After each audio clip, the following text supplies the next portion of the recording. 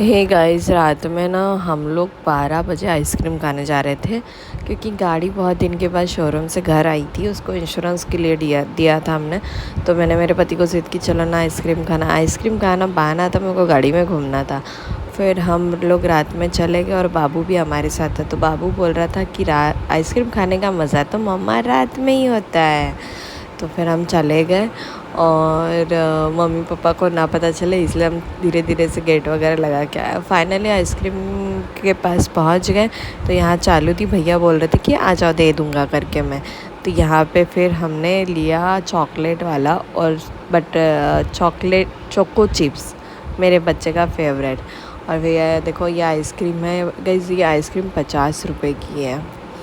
मतलब देखो आइसक्रीम भी कितनी महंगी हो गई। पहले 10 रुपए में हम खुश हो जाते थे, अब हम 50 में खुश हो जाते हैं। तो यहाँ बाबू हमारी भी टेस्ट कर रहा था और ख़ुद की भी खा रहा था। मम्मा बहुत अच्छी है और मैं और पतिदेव तो एक ही आइसक्रीम लेते क्योंकि मैं नहीं खाती हूँ ज़्यादा, मुझे कफ हो जाता है। और फिर यहाँ सुबह हो गई थी। सुबह में मैंने बनाया था दाल चावल और रोटी और पापड़, उसमें दही मिर्ची। और फिर हमने खाना खाया मस्त से, क्योंकि मैं तो रोटी को ऐसे तोड़ के दाल डाल के मसल के खाती हूँ, मुझे बहुत अच्छा लगता है वैसे खाना। और उसके साथ अचार बहुत ही अच्छा बना था क्योंकि नया वाला तिखट मैंने यूज़ किया था। उसके बाद मेरे को थोड़ा सा आराम करना था तो पतिदेव मोबाइल देख रहे थे, तो मैं ना उनके मांडी पे लेट के ऐसे थोड़ा आराम कर रही थी। उसके बाद बोल रहे थे कि चल आज मंदिर चलते हैं। तो हम लोग मंदिर के लिए निकले, गणपति मंदिर के लिए। यहाँ से 25 किलोमीटर है। तो मम्मी बाहर बैठी थी, बोल रही थी भाई दिखा मेरे को गाड़ी का क्या क्या काम हुआ है, तो उसको बता रही थी मैं। और फिर हम चल पड़े और जाते ही मतलब धूप तो थी नहीं लेकिन उमस बहुत हो रही थी। और फिर मंदिर पहुँचते सामान वामान लिया पूजा का और ऊपर चढ़ने लगे क्योंकि ये मंदिर थोड़ा सा ऊपर है। तो मैंने मेरे हस्बैंड को पकड़ा दिया क्योंकि मेरी साड़ी को मुझे पकड़ के चलना था। और फाइनली गणपति जी के दर्शन करने पहुंच गए हम। और यहाँ पे कोई भीड़ भाड़ नहीं थी, गर्दी भी नहीं थी, बहुत शांति से हमारे अच्छे से दर्शन हो गए गणपति जी के। नहीं तो हमेशा भीड़ रहती है तो फटाफट करके निकल जाते हैं। और आज ना मतलब बिल्कुल शांति थी, उसमें हमने मस्त दर्शन लिए।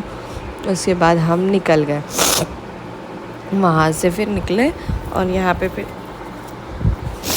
आपको यहाँ पे ना मतलब फूल हार वगैरह चढ़ा सकते हो, पर नारियल वगैरह यहाँ नहीं फोड़ सकते हैं आपको बाहर फोड़ना पड़ता है।